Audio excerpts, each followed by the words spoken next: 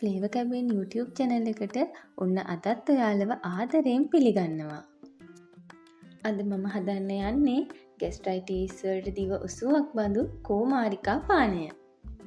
එහෙනම් අපි බලමු චුට්ටක්වත් තිත්ත නැතුව මේ කෝමාරිකා පානය කොහොමද හදාගන්නේ කියලා.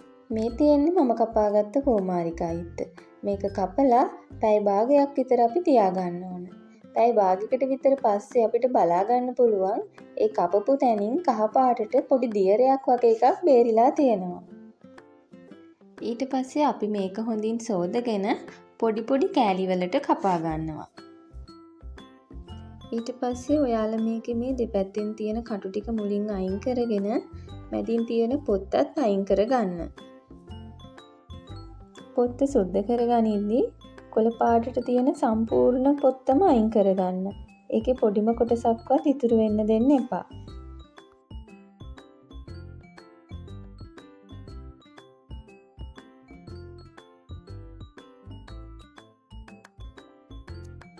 දැන් අනිත් කෑලි ටිකෙත් පොත්ත සුද්ධ කරගෙන මදේ සූරලා ගමු.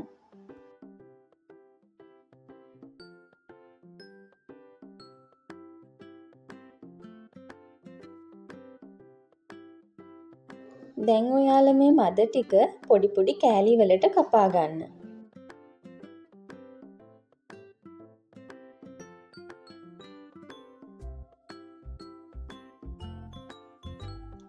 දැන් මේ කෝමාරිකා මද ටික බ්ලෙන්ඩර් කප් එකට දාලා ඒකට සීනි, ලුණු සහ නාරංගිරිය කිස්ම ටිකක් දාගන්න.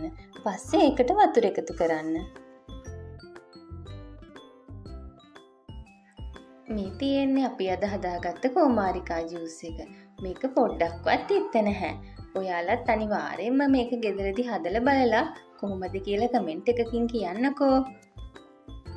ඔයාලා මේ වීඩියෝ එකට කැමති නම් වීඩියෝ එකට ලයික් එකක් දාන්නත් අමතක කරන්න එපා.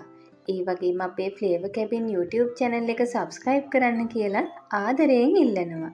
තවත් රෙසිපි එකකින් ආයෙත් හමු වෙමු. සුබ දවසක්.